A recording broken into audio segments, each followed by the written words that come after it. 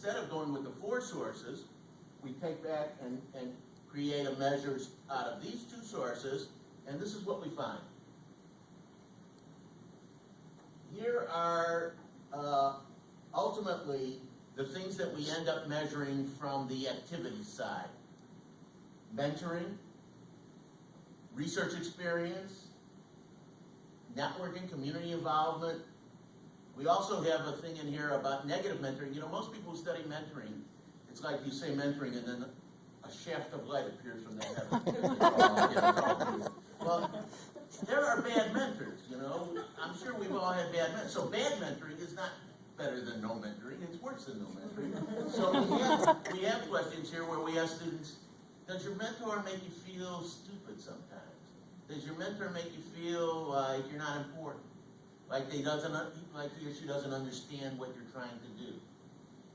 And then social-emotional mentoring, which refers to the kind of mentor who sits you down and says, don't worry, I understand, and let me just tell you a little bit about, you know, how hard what you're trying to do is and why it feels hard to you, because it felt hard to me and a lot of other people I know, so don't give up on yourself, so on. So these things, the performance, things related to performance, like being taught how to be a scientist, by doing the work, by being around scientists, all contribute. I'll get back to this in a minute. These performance-based sources. I'm sorry I didn't say this at the beginning. This figure is a path analysis that comes from a structural equation model. And I know I'm off in probabilistic statistics, which isn't what most of you study. Essentially, we put the data, we tell the computer, this is what we think are the relationships. The computer fits that to see if, in fact, your explanation of the data is better than any other fit possible. And it does this separating each of these from each other.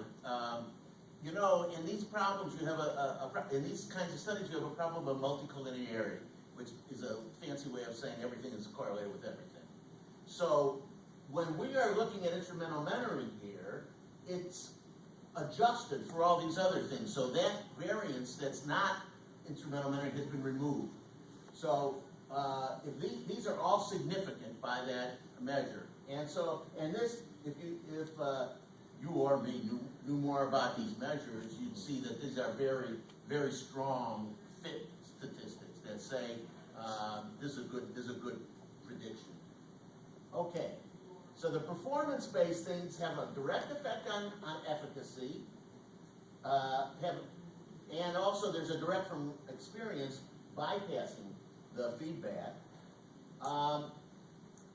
Being around scientists, not getting negative mentoring, having good social-emotional mentoring, see that's a negative there, contribute to ecological fit, to the student who says, boy, I'm really happy to be on campus.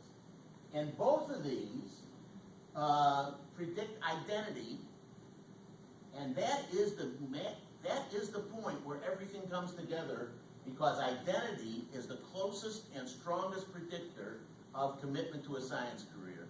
And that's one of the reasons that this conference is so unique and so valuable, because this is a place where underrepresented science students can come and see a massive array of underrepresented scientists who, like our speaker today at lunch, who say, look, I know what you're coming from, I know what you're going through, but it's possible. We can do it, you can do it, I did it, you can do it.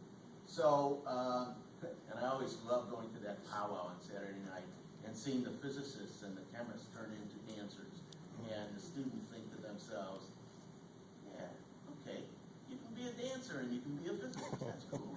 Okay, so that's, that might be my last slide. So what we're saying is that these two things, which have been around in the literature on student performance for a long time, that is, thinking that you're capable, thinking that you like it, leads to a sense that this is a career goal for you. I don't know have any of you ever heard of Lenz, L-E-N-Z, his work? Well, he has a model of career choice. And in his model of career choice, you find the same thing, that believing you can do something helps to create an identity, and then believing that this is something you'd like to do. you know, that this is a worthwhile thing to be doing, this is who I am, then they both lead to a commitment in science. And this is our team. It's a very large team because it's we have a lot of different foci, both qualitative and quantitative research, and we also include some non-social scientists who help us understand the scientific, some of the scientific issues that underlay this. So, and you see that Marigold Linton, who was one of my colleagues at the University of Utah when I was an assistant professor, is now the SACNAS board president.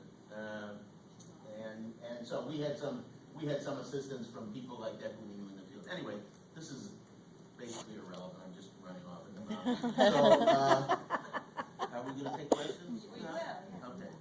First, let's thank Dr. Chemers.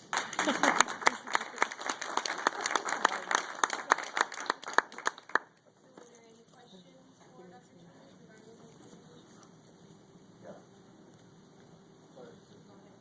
I was wondering, how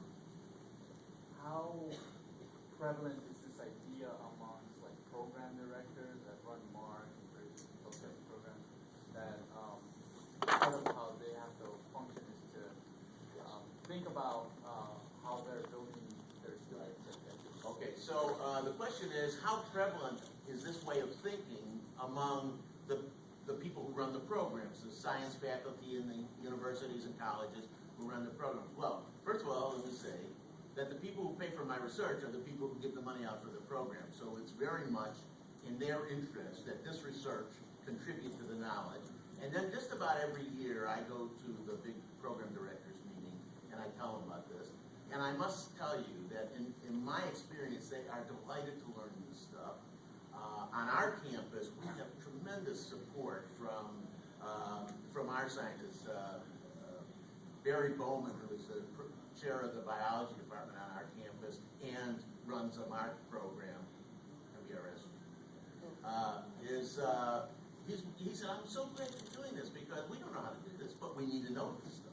So yes, and that's why I said that my job is to figure out what will work, because these are people in the field who are waiting to know, and what I'm trying to do is elucidate these steps in the model so that I could take the professors who are in the programs and say, okay, let me give you some insight into what your students are feeling. You better pay attention to this and that. And Amanda asked me to give her some of my ideas about why this stuff is important, what I've learned, and she's going to do some stuff with it later. I don't know, you know, these education people are. Yeah, when I saw community involvement, initially I thought it meant some connection between the student/scientist and their ethnic community or their familial community. Right. And the tensions that might involve there in identity between science and my home community. Is there much in the model here that sort of looks at that particular tension? Well, let's just talk about the one side first.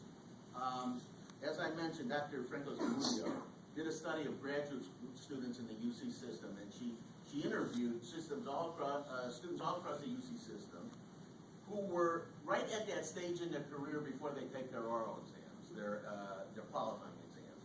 And this, as we all know, is a real moment of truth. And, you know, if you're scared you can't pass your qualified, you start thinking about why you're really meant to be a basketball player and a physicist or whatever.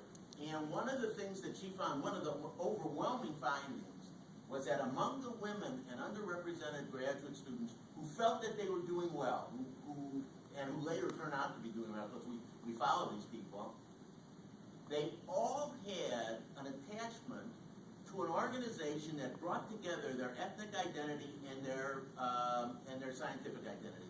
The Hispanic engineers,